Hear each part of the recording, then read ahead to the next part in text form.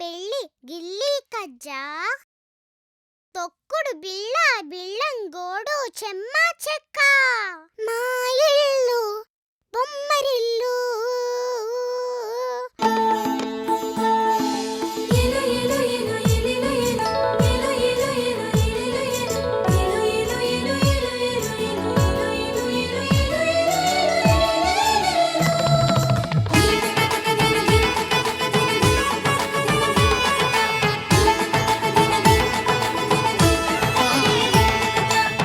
జలరాలే చినుకుల్లో మిలమిలలాడే తడుకుల్లో జలరాలే చినుకుల్లో మిలమిలలాడే తడుకుల్లో చిరు చిరు మెరుపుల హరివిల్లు ఆనందాల పొదరిల్లు చిరు చిరు మెరుపుల హరివిల్లు ఆనందాల పొదరిల్లు మా ఇల్లు బొమ్మరిల్లు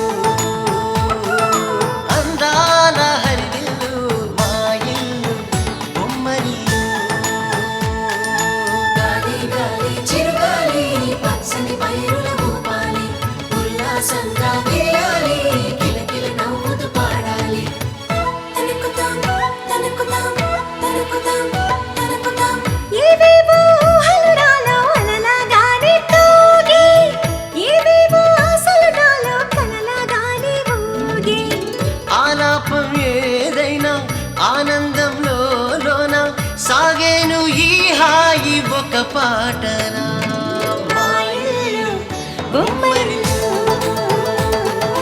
అందాల హరివిల్లు మా ఇల్లు బొమ్మరిల్లు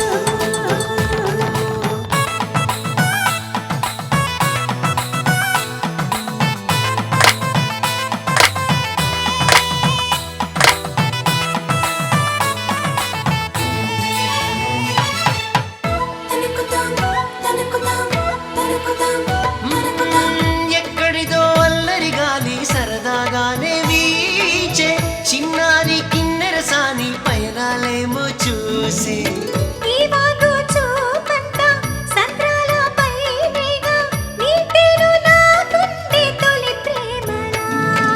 మా ఇల్లు బొమ్మరిల్లు అందాల హరివిల్లు మా ఇల్లు బొమ్మరిల్లు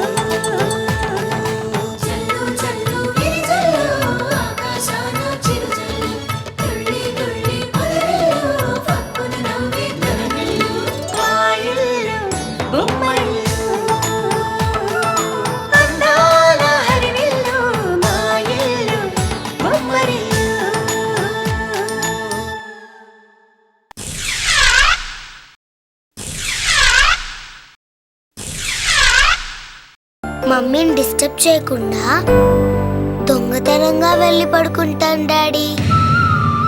ప్లీజ్ డాడీ. అసలు బెడ్రూమ్ తలుపులు వేసుకోకుండా పడుకోవడం నాది బుద్ధి తక్కువ. ఇప్పుడు నువ్వొచ్చి పక్కన పడుకున్నావు, రేపు మీ నాన్న వచ్చినా రావచ్చు. భార్గవి కోసం ఇంత త్యాగం చేసిన నా బిడ్డ జీవితం కోసమే నేను ఆలోచిస్తున్నాను.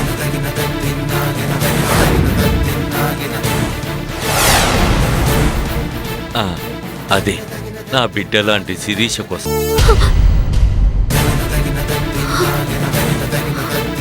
రాత్రి నేను చూడలేదనుకున్నావు కదూ? చూశాను, కానీ నిన్ను అడగలేదు. నాకు తెలుసు మమ్మీ, ఆ ఫోటో మా డాడీదని.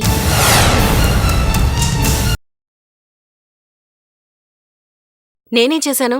అవినాష్ మరో పెళ్లి చేసుకోవటం నాకిష్టమేనంటూ లెటర్ రాసా రాజేంద్రకి ఇవ్వలేదు? చెప్పు, ఎందుకు చేసావా పని? ఎవరు చెప్పారు నీకు? ఎవరు చెప్తే నీకెందుకే? ఇచ్చావా లేదా? చెప్పవే. ఇచ్చాను. ఏ ఇస్తే తప్పేంటి? తప్పేంటి అని నన్ను అడుగుతున్నావా? ఒకవైపు నిన్ను నీ కన్న బిడ్డకి నీ భర్తకి దగ్గర చేయాలని నేను ప్రయత్నిస్తుంటే ఆ ఉత్తరం రాజేంద్రకిచ్చి నా ఆశల మీద నీళ్లు చల్లావు. కానీ నాకు అలాంటి ఆశలేమీ లేవు. అవును మమ్మీ, నేను నా బిడ్డ క్షేమం కోరుకుంటున్నాను. మున్నికి భార్గవి అంటే ప్రాణం. భార్గవి లేకుండా మున్ని ఉండలేదు. అందుకే కన్న తల్లి నేను నాకంటే పెంచిన తల్లి భార్గవికే మున్ని దగ్గరవ్వాలి. అవినాష్ చావు బ్రతుకుల మధ్య ఉంటే కేసులంటూ కోర్టులంటూ మనం మానవత్వం మర్చి ఆయన కృంగదీశాం. కాని భార్గవి తన మాంగళ్యం నిలవదని తెలిసి కూడా అవినాష్ని పెళ్లి చేసుకుంది. ఆనాడు సతీ సావిత్రి యమధర్మరాజుతో పోరాడి తన పతి ప్రాణాలు నిలబెట్టుకున్నట్లు ఈరోజు భార్గవి ఆ భగవంతుడితో పోరాడి అవినాష్ ప్రాణాల్ని నిలబెట్టుకుంది. అందుకే మమ్మీ, అవినాష్ భార్యస్థానం నాది కాదు, భార్గవిది. సిగ్గులేదే నీకు? కట్టుకున్న మొగుణ్ణి ఇంకొక తెవతో వచ్చి పెళ్లి చేసుకుంటే తన్ని తరివేయాల్సింది పోయి సమర్థిస్తున్నావా? మర్యాదగా నా మాట విని నువ్వు రాజేంద్రకిచ్చిన ఉత్తరం నిన్ను బెదిరించి వాడు నీ చేత బలవంతంగా రాయించుకున్నట్టు పోలీస్ కంప్లైంట్ ఇవ్వు. మిగతా విషయాలు నేను చూసుకుంటాను. వద్దు మమ్మీ, ఇకనైనా వాళ్ళని మనశ్శాంతిగా ఉండని. నీ మొగుడేమయ్యాడో నీకు తెలీదు, తెలిసినా నాకు చెప్పవు. కనీసం కనిపించే నా మొగుణ్ణైనా నా కళ్ల ముందు సుఖంగా ఉండనివ్వు.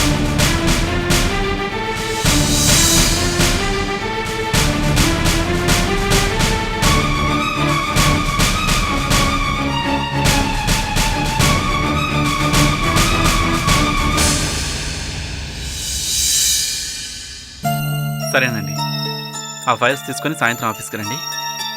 డాడీ, ఏంటమ్మా? మరేమో రేపు మా స్కూల్లో పేరెంట్స్ డే. అందరు పిల్లలు వాళ్ళ మమ్మీ డాడీతో వస్తారు. నువ్వు మమ్మీ కూడా మా స్కూల్కి రావాలి డాడీ. మమ్మీ కూడా రావాలి. మమ్మీయా? ఎవరే నీకు మమ్మీ? కన్న తల్లి నువ్వు కళ్ళు తెరవకముందే వదిలి వెళ్ళిపోయింది. ఇక ఈ ఉన్న తల్లి ఆ తల్లి ప్రేమని మరిపిస్తుందనుకుంటే నీకు తనకు ఏ సంబంధం లేదన్నట్టు ప్రవర్తిస్తోంది. డాడీ, మమ్మీని నేను వెళ్ళడుగుతాను. మమ్మీ నా మాట కాదనదు డాడీ. ప్లీజ్ డాడీ, మమ్మీని నేను ఒప్పిస్తాను.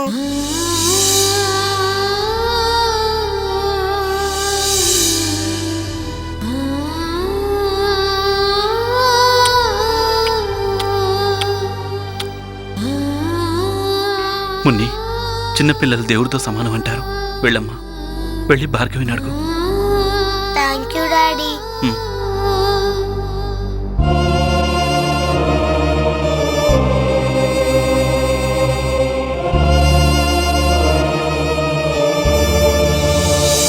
మమ్మీ,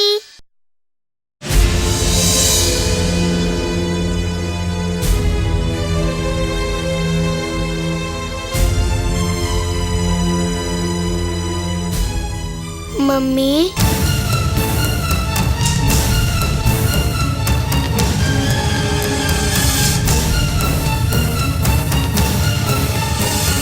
ఏంటే ఇలా వచ్చా? మమ్మీ, నీతో ఒక విషయం మాట్లాడాలి. మాట్లాడచ్చా? ఏ విషయం? మరి రేపు మా స్కూల్లో పేరెంట్స్ డే. నువ్వు కూడా డాడీతో రావాలి మమ్మీ. Please mummy.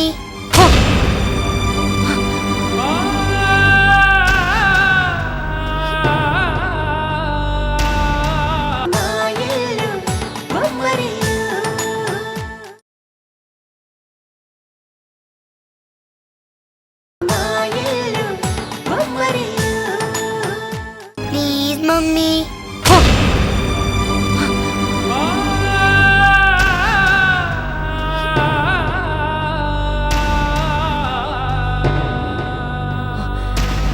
ఏ, మీ డాడీ అడగమని పంపించారా? ఎవరే నీకు మమ్మీ? మీ మమ్మీ ఆ శిరీష. వెళ్ళు, ఆ శిరీష దగ్గరికి వెళ్ళు.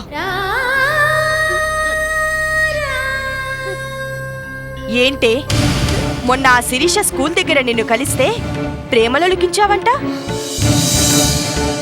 నేను నిన్ను బాధ పెడుతున్నానని, విసుక్కుంటున్నానని కంప్లైంట్ చేశావంట. మరెందుకే ఇప్పుడు నా దగ్గరకు వచ్చావు? మమ్మీ, ఆపు నీ నాటకాలు. ఎందుకే నాటకాలు ఆడుతున్నావు? నా మీద ఏదో ప్రేమ ఉన్నట్లు నా దగ్గర నాటకాలు ఆడుతున్నావు. నా మీద చాడీలు చెప్తున్నావు. అసలు నీకు మీ డాడీకి కావాల్సింది మీకు సేవలు చేసే ఒక ఆయా. అందుకే వయసులో ఉన్న ఒక అందమైన ఆయా దొరికింది కదా అని నాతో సేవలు చేయించుకుంటున్నారు. పో ఇక్కడి నుంచి.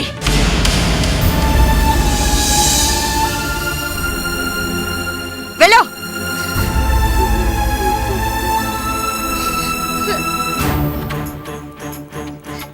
ధిరన ధిరన ధిరన ధిరన ధిరనా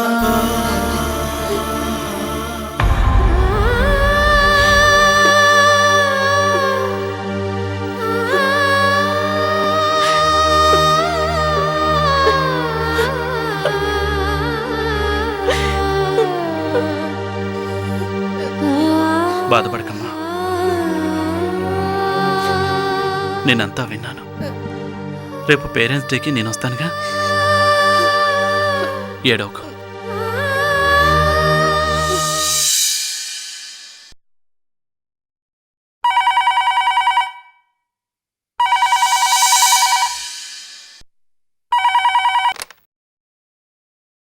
హలో, శిరీష, నేను భార్గవిని మాట్లాడుతున్నాను. చెప్పు భార్గవి, ఏంటిలా ఫోన్ చేశావు? నీతో ఒక పని పడింది, నీ సహాయం కావాలి. నా సహాయమా? 10 మందికి సహాయపడే నీకు నేనేం సహాయం చేయగలను భార్గవి? ఈ సహాయం నువ్వు మాత్రమే చేయగలవు శిరీష. ఏమిటది? ఈరోజు మున్ని వాళ్ళ స్కూల్లో పేరెంట్స్ డే సెలబ్రేషన్ ఉందంట. అయితే మున్ని మమ్మీ డాడీ ఇద్దరూ రావాలని మారం చేస్తుంది శిరీష. నువ్వు అవినాష్ వెళ్ళండి, ఇందులో నాకెలాంటి అభ్యంతరం లేదు. అది కాదు శిరీష, అవినాష్తో వెళ్లాల్సింది నువ్వు, నేను కాదు. అందుకే నీకు ఫోన్ చేశాను. నువ్వేం మాట్లాడుతున్నావు భార్గవి? ఇప్పుడు అవినాష్ భార్య స్థానం నాది కాదు, నీది. లేదు శిరీష, నువ్వు అవినాష్కి భార్యవే కాదు, మున్నీకి కన్నతల్లివి కూడా. నువ్వు అమెరికాలో ఉన్నప్పుడు తిరిగి రావన్న భ్రమతో నేను ఆ స్థానంలోకి వచ్చానే తప్ప వేరే ఇంకే కారణంతో కాదు. కానీ ఇప్పుడు నువ్వు తిరిగొచ్చావు, అందుకే చెప్తున్నాను, నా మాట విను. అవినాష్కి భార్యగా, మున్నీకి తల్లిగా పేరెంట్స్ డేకి వెళ్ళటానికి, ఈ ఇంట్లో ఉండటానికి నువ్వే అర్హురాలివి. ప్లీజ్ నా మాట కాదనుకో. ఆపు, ఇంకేం మాట్లాడకు. నీ సోది భరించలేకే నేను అమెరికాకు వెళ్ళిపోదామనుకున్నాను.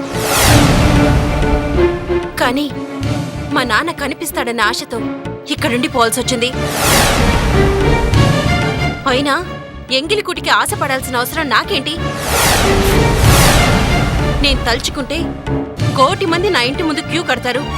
అలాంటిది నేనొచ్చి ఆ ఇంట్లో ఉండాల్సిన కర్మ నాకు పట్టలేదు. ఇంకెప్పుడు ఇలాంటి పిచ్చి పిచ్చి మాటలు మాట్లాడకు. శిరీష, ఏమైంది ఈరోజు నీకు? ఎందుకు ఇలా మాట్లాడుతున్నావు? దయచేసి నా మాట విను.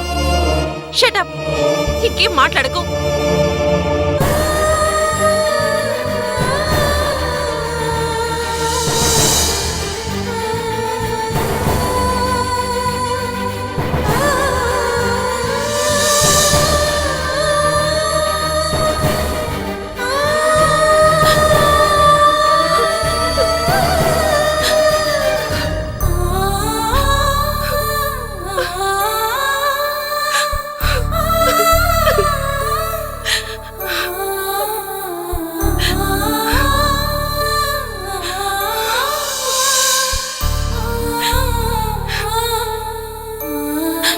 క్షమించు భార్గవి, మంచి మనసుతో నన్ను అవినాష్ని కలపాలని చూస్తున్నావు, కానీ సూటిపోటి మాటలతో నీ మనసును గాయపరిచాను.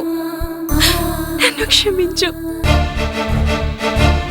నేను తన మంచి కోరి వెళ్ళమని చెప్తే శిరీష వెళ్ళదా? ఎంత పొగరు! హలో, పొగరు శిరీష కాదే, నీకు. ఏంటి నువ్వు మాట్లాడేది?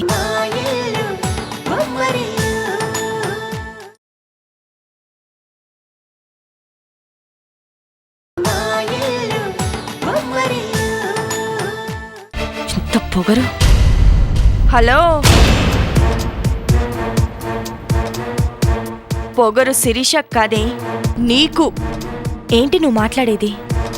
ఉన్నమాటే, ఈ ప్రపంచంలో నీ ఎంత గొప్ప త్యాగమూర్తి లేదనుకుంటున్నావా? ఏ విషయంలో? అదే, శిరీషని నీ స్థానంలో ఉంచి నువ్వు పక్కకు తప్పుకుందామనుకుంటున్నావు కదా. ఆ ఆలోచన మంచిదే, కానీ నువ్వు ఆచరించే పద్ధతే తప్పు. అవును, నువ్వు చేయదలుచుకున్న పని చాలా సున్నితమైంది, కానీ అది సాధించటానికి నీ మాటలతో అందరినీ గాయపరుస్తున్నావు. భార్గవి, త్యాగంలోనూ సహనంలోనూ నీ స్థాయి శిఖరాగ్రానికి చేరుకుంది. అలాంటి నువ్వు నీ ఆశయ సిద్ధికి ఆచరిస్తున్న మార్గం వల్ల 10 మంది దృష్టిలో చెడైపోయి పాతాళానికి దిగజారిపోతున్నావు. ఆలోచించుకో, నీ పద్ధతి మార్చుకో. 10 మందిని మెప్పిస్తూ నీ లక్ష్యాన్ని సాధించు.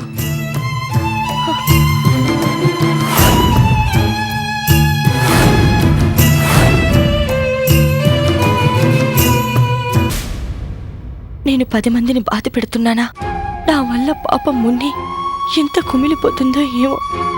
మున్నిని ప్రాణంగా ప్రేమించే అవినాష్ నన్నేమి అనలేక, మున్ని బాధపడుతుంటే చూడలేక ఇద్దరి మధ్య ఎంతగా నలిగిపోతున్నాడు. ఇప్పుడు ఎలాగైనా శిరీషను కలవాలి.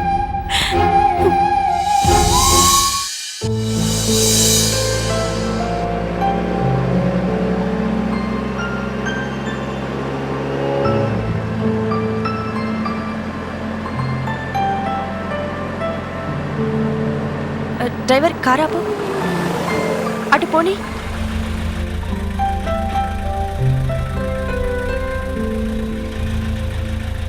శిరీష,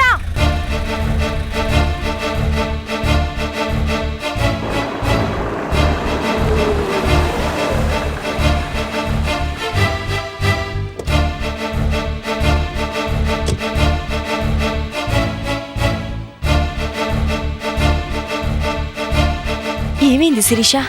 ఎందుకంత సీరియస్గా ఉన్నావు? నువ్వు చేస్తున్న పని ఏం బాగాలేదు. నేనేం చేశాను? ఏం చేశావా? నువ్వేం చేశావో నీకు తెలియదా?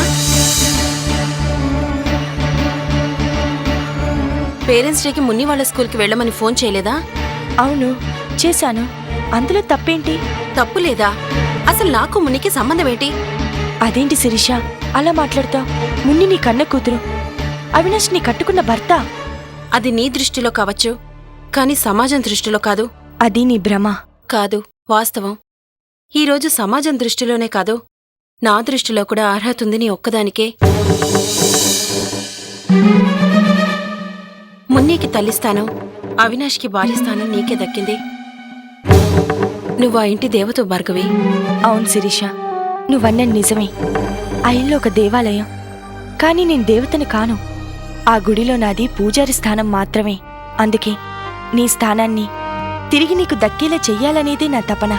అందుకే నిన్ను అవినాష్ పక్కన చూడాలని, మున్ని 10 మందిలో మీ ఇద్దరినీ తన పేరెంట్స్గా చెప్పుకుని మురిసిపోవాలని నీ తాపత్రయపడ్డాను.